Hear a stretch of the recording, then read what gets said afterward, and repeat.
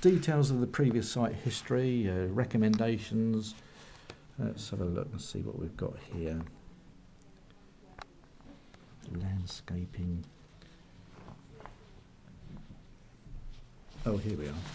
The principle of this development has already been established for this site by previous permissions. However, the last application did not show the proposed siting of the dwelling house or the access road for the development to the rear. I do not consider that the issues have significantly changed since the last application was granted. The existing properties along Wartling Close are of a range of different designs. It appears that a carefully designed dwelling would complete the original planned development along Wartling Close.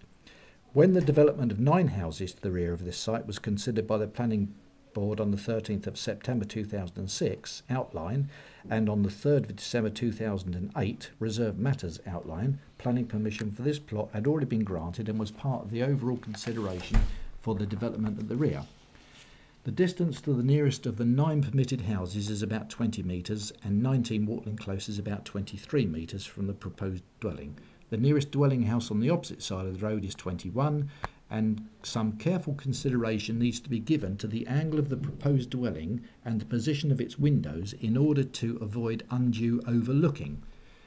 Now, just while we look at that one, would you read that as that they're saying that it's the new house that they're talking about that needs to positioning of its windows to avoid undue overlooking? Do they mean that they're overlooking 21? I think that's what they're saying. That's how it says. Well, 21 is going to be 3 or 4 metres above this one. So how could it overlook it? It's going to be...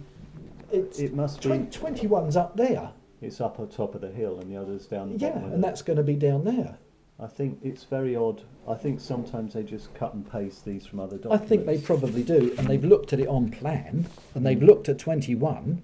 and just looked at the paper without visiting the site. But this is why Phil Scott insisted they had a site visit, so they've actually been to the site. Was that after they produced this document? Yeah, this is the document that come at the second meeting. How can they visit the site and then get that wrong? Exactly. They visited the site this day. So this day was the 23rd of June. They came up here in the morning of the 23rd of June. That was all the planning committee, and then they had the meeting. But of course, all of this publication would have been, this would have all been public. This would have been printed out beforehand. This is the agenda. So they just didn't bother to go back and change that document in the light of their site visit. Is that what happened, do you think? I mean, it's clearly wrong. The site visit is just an irrelevance, really. It was only at the insistence of Phil Scott that they came and looked at the site. But if they did the site visit, they should know that at the bottom of the hill is where the house is being built, and it won't overlook. So this is wrong. Yeah. So in fact, what the evidence they gave to the planning committee, the materials they gave to the planning committee, were actually misleading. Well, the planning committee were here. It was the planning committee that came and did the site visit. I just can't get my head around this. Do you want to quickly, while we're on this, walk down there now and just